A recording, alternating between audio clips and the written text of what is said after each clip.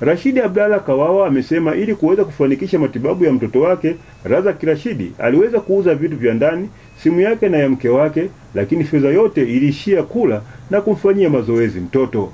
Rashidi Abdalla Kawawa amesema matibabu ya mtoto wake yanahitaji kiasi cha shilingi 500,000. Hiyo ni kwa ajili ya matibabu Dodoma.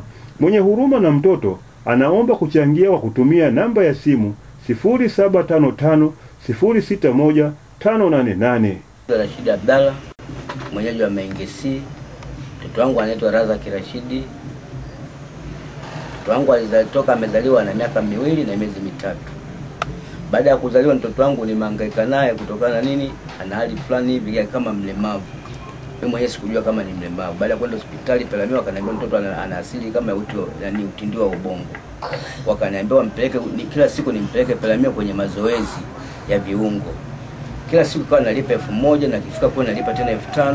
Nimefanya mchezo muda kama wa miezi 2 mpaka sasa mimi nguvu za kusema nipate tena kuweza kumpeleka kule nikashinde kwa sina hela. Na hali ya mtoto kwa bado inazidi kuwa sio mzuri.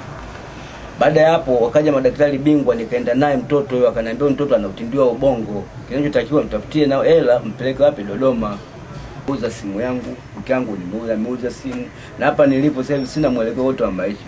Kama ni chakula nakula hivi kwa msaada, kitu ambacho kwa kweli kinanipa simanzi sana. Mamaka amezunguka naye sasa hivi na yeye amechoka. Mwishoni mama kumpokea mimi mwenyewe baba yake. Kwa hiyo nazunguka naye lakini atakwenda kuzunguka naye kwa mafanikio yote sipati. Kwa ndio maana nimekuja hapa, naomba nisaidiwe. Wananchi atakayegusa na swala hili naomba nisaidie. Tafute hela hii niweze kumpeleka Dodoma mtoto akatibiwe, na fedha inayotakiwa karibu 350,000 ya matibabu. Kwa maana nikipata nauli nikipata 500,000 tu kwa kweli inatosha. Razak Rashidi, mtoto mwenye utindio wa ubongo, kwa sasa amekuwa ni changamoto kwa wazazi wake. Kukaa hawezi wala kutembea, kutwa mzima wazazi wake wamekuwa wakilazimika kumbeba kwa njia ya kupokezana, jambo linalofanya wazazi hao kukosa kufanya kazi za kiuchumi.